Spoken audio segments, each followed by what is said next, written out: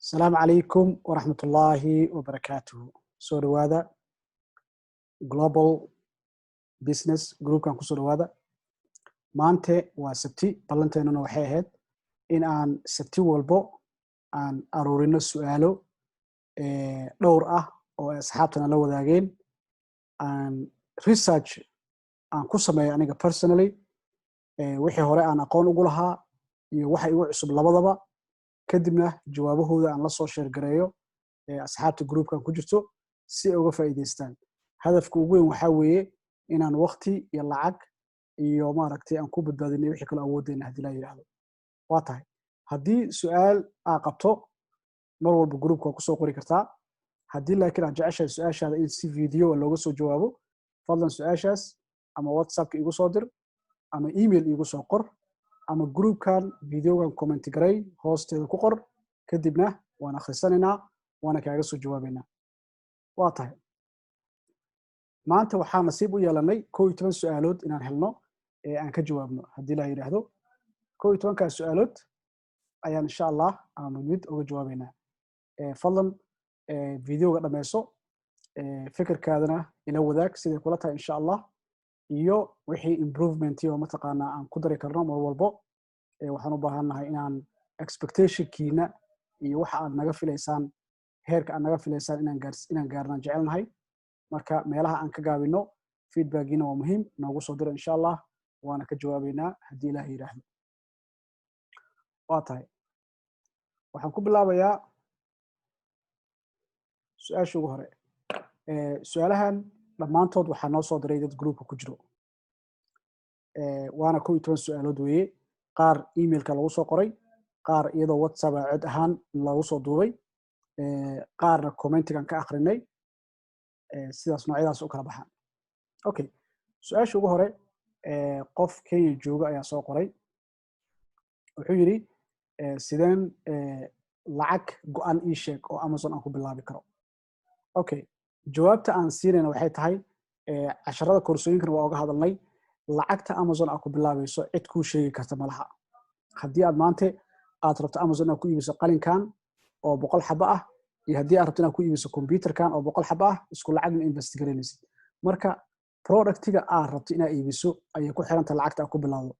haddii product xabadii dollar joogto Amazon aad ka soo gado, aad Alibaba ka soo iibsato oo aad Amazon xabadii $10 ku soo iibiso, which ay dad badan sameeyaan, dan $1 lagu dhuftay 100 xabo $100 macal shipping waxa laga yaabaa $130 inay ka baxdo. haddii aad computer soo iibsatana waxa laga yaabaa inay $5,000 ka baxdo. marka waxay ku fiican tahay alaabta ugu hore lacagta aad gelinaysa adiga control kara. inta unit aad rabto iyo alaabta nooceeda intaas adiga control kara. su'aasha labaad waxa waaye USA address. USA address yaa u baahan seen ku heli karaa. waliba hadda cilado ka imaaday oo hadda cusub oo ku soo kordhay maadaama Amazon ay bedeleen verification system-kii ay bedeleen. marka USA address company badan bixiyo. company-ga Shipito ayaan ka hadalnay, company kale usaddress.com la yiraahdo ka hadalnay. dhowr company aan ku soo qaadanay casharada. haddii aad si gaar ah u interest garanayso halkan hoosna kugu qori doonaa insha Allah, ama qof asxaabta garanaya hadduu jiro ha ku soo qoro. marka haddii aad USA gudaheeda ku nooshahay waa ka furan kartaa oo aad rabin addresskaaga inaad isticmaasho, waa isticmaali kartaa USA address kale ama any mailbox oo mataqaanaa ku yaala magaalada tagi kartaa, address ka soo furan kartaa. marka ka soo furato then waa iska bixin kartaa addresskaas. lacagta bishii $10 camal ay ka qaadayaan, then Amazon waa u isticmaali kartaa. gurigaaga waa isticmaali kartaa. haddii aad Mareykan banaankiisa joogto ama aad Yurub joogto ama aad joogto wadamo kale, iyadana USA address waa furan kartaa. laakiin yaa u baahan waa su'aasha. qofka maanta UK jooga ama qofka maanta Kenya jooga uma baahno inuu isticmaalo USA address. sababtoo tahay business-kaaga waxay ku ogol yihiin Amazon. waxaan hadda kor ka hadalnay listiga wadamada loo ogol yahay Amazon inay directly wax ugu iibiyaan iyagoo aan third party marin. marka wadamadaas ayaad ka fiirinaysaa wadanka aad joogto. dan wadanka haddaad joogto sharciga wadankaasna aad leedahay, dan bangiga wadankaas iyo addresska wadanka waa isticmaali kartaa. the whole purpose Amazon ay u leeyihiin wadankan wax uu ku iibin karaa ma aha micnaheeda inay ku dhahayaan Kenya degan tahay laakiin address USA lagaaga baahan yahay. ma aha muhiimadda. muhiimaddu waxa weeyaan okay, listiga wadamada la ogol yahay ka soo dhaxsaa wadankaaga, adiga sharci ku lahaa wadankaas businesskaagana waddankaa ka register garay oo business license mataqaana laga qaato kale ka qaado haddii Amazon u baahato ay ku weydiiso laakiin taa waxaa ka muhiimsan EIN numberka oo aan geli doono su'aal asagana ka timid ayaa xataa Kenya business license waa iska deyn kartaa EIN number haddaa qaadato waad iska deyn kartaa absolutely because EIN numberka markaa wacdo IRS-ta adresskaaga Kenya kugu qori karaan guriga aad degantay kugu qori karaan marka waxaa u baahan keliya USA address waxaa u baahan dadka aan deganayn Maraykanka ama waddanka ay degan yihiin uusan Amazon ku jirin listiga dadkaas oo third party-ga ah ayaa u baahan haddii aad tusaale aad UK maanta degan tahay UK Amazon UK waa ku iibin kartaa haddii aadan mataqaanaa rabin Amazon USA aad rabto inaad ku iibiso Amazon USA waa ku iibin kartaa adigoo UK address isticmaalayo laakiin haddii aad rabto inaad businesskaaga iyo mataqaanaa ay waxaada kulli hal meel wada ahaadaan then USA address waa samaysan kartaa wax problem ma laha marka taa I hope inay clear tahay okay su'aasha labaad su'aasha saddexaad waa business license haddaan ka hadlaynay waxaan arkay just bishii November iyo December kaliya 2 ilaa 3 qof oo license-kan free-ga ah ee EIN numberka ah oo ah license-ka kaliya u baahan tahay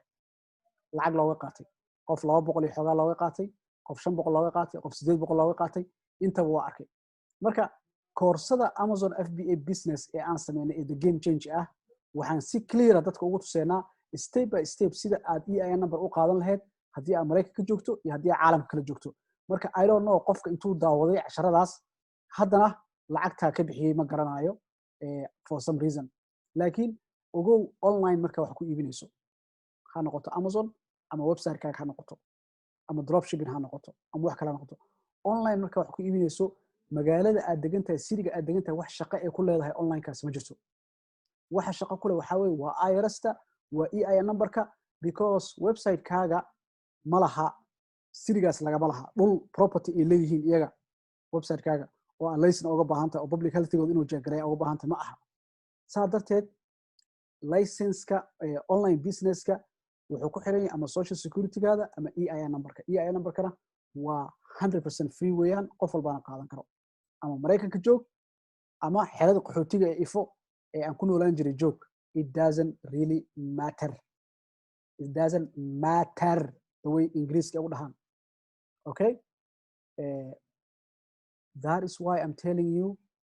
why free ka gudub Amazon account-ka aad leedahay waxaa jiro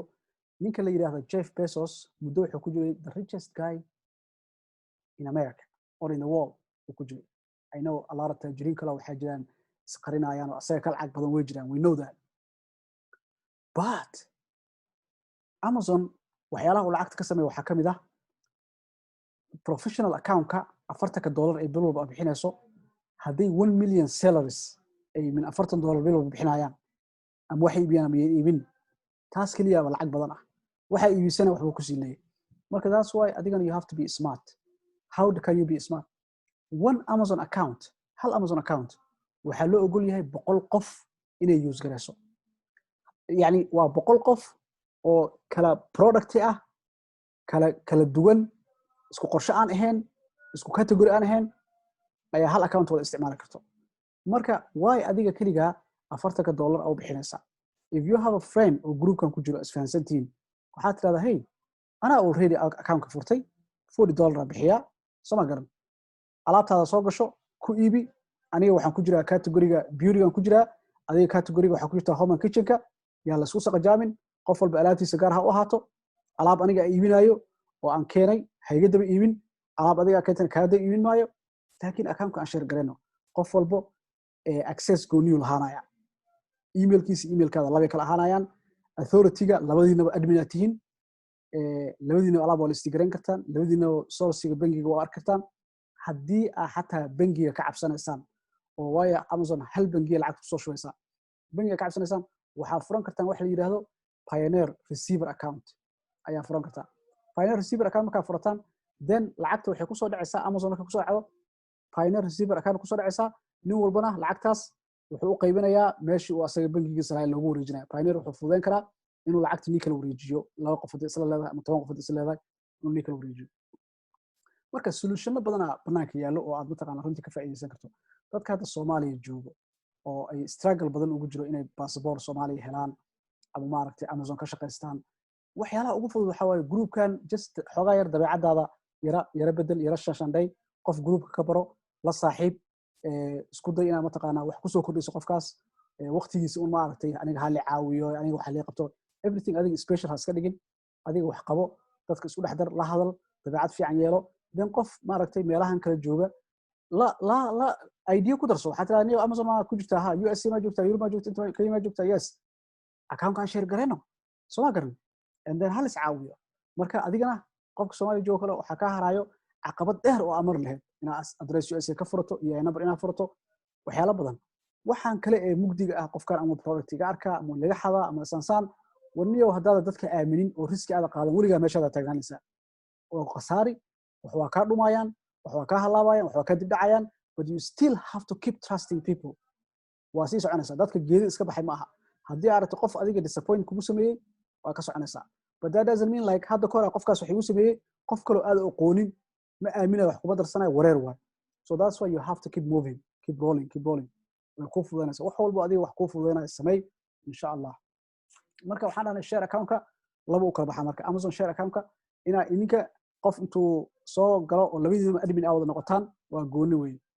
iyo ina hadii alaab isku darsataan waa gooni waxaan ka hadlayaa waxa weeye hal product ay wada gashan kartaan oo investment ku samaysan kartaan lacagta isku darsataan oo wada yeelan kartaan taas waa obvious weeyaan ama qof walba alaabtiisu yeelan kara oo qof walba aadkiisa gooni u raan gareyn kara oo qof walba kaarkiisu isticmaali kara oo qof walba taqaan lacagta wala kala qaybin kara waxyaalahaas oo dhan la sameyn kara okay so marka that's why benefit badan ku jiro Amazon that's why up to 100 people ay ugu ogolyihiin ayaga xataa halkii account waatay documents required su'aasha shanaad waxa waaye waraaqadaha ama documenti loo baahan asal waxa hadda Amazon noqday hadda USA deganeen inaad passport helato hadda anagoo kale license driver license-kiina way qaadanayaan ID-ga gobolka ay joogto way qaadanayaan waxyaalahaas way aqbalayaan marka USA joogto USA marka joogto passport qasab ma aha driver license ka u diri kartaa identification card ka u diri kartaa laakiin outside of USA marka joogto passport waa requirement uu kamid yahay waa laga yaabaa dokumentiyada ID card ka wadankaaga inay ka aqbalaan waa laga yaabaa dad ka aqbaleen aniga xataa waa arkay qof Kenya joogo oo mataqaana Kenya ID laga aqbalo waa arkay qof UK joogo waa arkay laakiin meesha ay ka soo bilaabaan waxa waaye passport ma haysataa so it's always good to have a passport ina passport haysato oo passportkaasna expire uusan ahayn waa very important waxa soo raaca waxa waa bank statement-iga lagu sheegay ma aha in bangigaada lacagta ku jirto oo dhan ay wada arkayaan ma aha kaliya qaybta kore address-kaaga iyo magacaada iyo phone number-kaaga ku qoran yahay iyo magaca mataqaanaa inuu isleeyahay magaca Amazon ku furatay Abdi Ahmed iyo magaca mataqaanaa bankiga ugu furan inuu isleeyahay in bay fiirinayaan meesha wax laga cararayo waa fraud weeyaan ma aha wax laga cararayo in bangigaada la ogaado ama statement-iga la fiiriyo ama in lacag haysato ama in lacag kugu jirto waxaas ma wax la fiirinayo wax la fiirinayo kaliya magaca bankiga ku furan ee lacagta lagu diraayo iyo magaca Amazon ku furan inay isleeyihiin kaliya wax la rabo in la ogaado documents-ka bank statement-ka kamid ah documents-kaas waxa kamid ah mararka qaar ay ku weydiinayaan card international card credit card ama debit card inaad leedahay see ku garan kartaa international inuu yahay hadduu calaamada visa ama mastercard leeyahay waa okay weeyaan oo prepaid uusan ahayn any wadana laga qaataa wadamo badan oo caalamka yaalaan Kenya kale Equity Bank iyo mataqaana Barclays iyo way bixiyaan Soomaaliya Premier iyo mataqaana iyo way bixiyaan visa iyo mastercard way bixiyaan I don't know about visa card wadamada kale ayaga horumaray iyo Europe iyo Mareykanka iyana wax kale ma wala isticmaalaba obviously dad karar local la haysto waa jiraan laga yaabo Germany in laga qof uu iska haysto karar local ah laakiin still kaarka visa iyo mastercard waa qaadan kartaa international ka calaamad laha waa qaadan kartaa iyo telephone muhiimadda waxa weeye telephone la soo wici karo ama call inta la soo galo pin code-ka lagu soo diri karo ama text message afarta document ugu muhiimsan waxa kale oo dhan waa iska maartay waa iska yareeyeen waxay hadda ku soo dareen cusub waxa weeye waa address verification Mareykan kaliya hadda laga sameeyaa taasaan hadda aan ka warhayo dad UK furtay oo address verification aan lagu sameyn waa arkay oo kaliya video loo soo galay markii video loo soo galay videoga mataqaana balan loo qabtay la fiiriyo qofkii ID-gaada mataqaana screen-kii dad soo lahay address-ka ID-giisa iyo isku fiiriyo waa arkay laakiin Mareykanka waxay sameynayaan hadda haddii Mareykanka ku noosho kale waxay ku soo dirayaan post code ku soo diray post card ku soo dirayaan code ku jiro code-kaas Amazon account-ka gelinaysa address verification Mareykanka bilaabeen saa hadda ka warhayo haddii aad meel kale ogtahay ayadan laga bilaabo fadlan hoos ku qor commenting insha Allah haddaad wadamada kale joogto Europe UK haddaad joogto kuguma xiraayaan address verification kaliya video ay ku soo galayaan way saasay kugu fiirinayaan qofka tahay but still dadka USA jooga hada iyagana video waa loo soo galayaa oo maarta video verification kaas ku jira marka new verificationkaas ayaa isagana maaragtay ah maalkii su-aasha kale lasoo weydiiyey su-aasha toddobaad iyadana muhiimadda ay leedahay in laisku xiro Amazon iyo website-kaaga waa very important because Amazon waxa uu ku shaqeeyo waxa waa keyword iyo traffic labadaas asal u ah keyword iyo traffic-ga sida aad mataqaanaa Amazon aad demand u abuurto oo alaabtaada page kore ugu imaato it's always good inaad website-kaaga intaa xaysiiso dadka ay website-kaaga ka soo galaan ay ku dhuftaan product-gaada kadibna ay imaadaan Amazon it's always good because waxay create garanaysaa demand traffic ayaa samaynaysaa alaab waxaa keenaysaa traffic ayaa banaanka keenaysaa waxaa keenaysaa gudaha Amazon si mataqaanaa ay alaabtaadii ay u iibsanto marka keywordka iyo traffic waa labada asal ku ah Amazon oo maaragtay alaabta ay ku gadbato marka website-kaaga iyo Amazon ay isku xirnaadaan waxay keenaysaa traffic inay ka keento website-kaada oo Amazon ay geyso Amazonna mar walba oo customer adiga u keento nooc doona ah ama affiliate ugu keen ama through website ugu keen ama through ad ugu keen ama social media caadi ugu keen waxa way the reward you more ad way ku soo jeesanaya attention ku sina alaabtaada soo hormarnay tusaale Amazon marka ku dhaxaysiiso you compete with other people lacagtaada banaanka Amazon aad qaadanayso page kugu horeeynaya laakiin marka Facebook xaysiin sameeyso Facebook qof kale gareeyo Amazon u imaado qof banaanka ka jooga Amazon adiga keentay dukaan gudihiisa aad keentay ka dhiganta xataa alaabtaada dugadan waayo alaabo kale oo arkaya marka Amazon they reward you more alaabtaada inay hore soo mariyaan that's always good kaas su-aasha lixaad keywordka iyo muhiimadda keywordka u leeyahay sida keyword lagu heli karo keywordka sida ugu fiican horta lagu heli karo waxa weeye waa labo toolkan oo free ah Google Keyword Planner YouTube ka qaado tutorialkiisa fiirso daawo videoyada laga sameeyay waxa la yiraahdaa Google Keyword Planner la yiraahdaa Keyword Planner fiiri marka xogaad daawato waa fahmaysaa inaad keyword badan aad ku generate gareyso midkaas sida kale organic caadi ama sida caadiga ku heli karto waxa kamid ah Amazon inaad tagto qaybta search box-ka inaad ku qorto alaabta magaceeda ama waxa rabto inaad ku qorto asaga ku dhameystiran qoraal ku soo raacinaya qoraalada ku soo raacinaya hoos ku qoran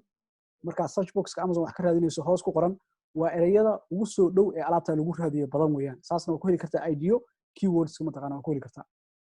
marka muhiimadda keywords ay leedahay waxa alaab walba alaabta ka fiican tahay keyword target keyword ay leedahay ayay ka iibsi badan tahay keywordkana wuxuu kala baxaa labo waa long tail keyword iyo short mataqaana iyo short keywords long tail keyword waxa weeye tusaale qof baa hadda wuxuu rabaa inuu iibsado baaskiil wuxuu rabaa wiilkiisa oo 12 jir ah ama 15 jir inuu iibiyo rabaa baaskiil ka soo qaad Amazon markuu tago wuxuu ku qorayaa bike kaliya kuma qori karo wuxuu ku qorayaa qofkaas Amazon markuu search box ka tago wuxuu ku qorayaa wuxuu leeyahay bikes boys under 12 ama 12 years ama bike boys iskaga qoraya ereyga dheer uu qoraayo waa long tail keyword kaas qofka bike shan qof hadda bike wad iibinayso oo aad Amazon marka alaabta register gareynayso oo diiwaan gelinaysay aad ku qortay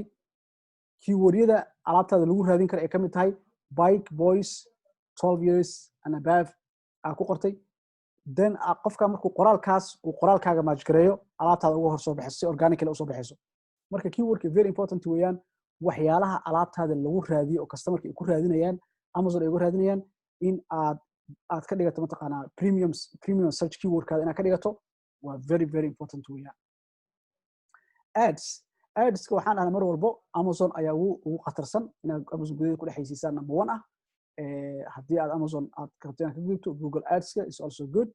iyo Facebook Ads-ka waa the best toolska number 10 toolska waxaa inta badan aan suggest gareeyaa laba tool oo ah Jungle Scout iyo Helium 10 labadaas aan suggest gareeyaa waa labada ugu fiican top ay ku jiraan haddii aad dadka kamid tahay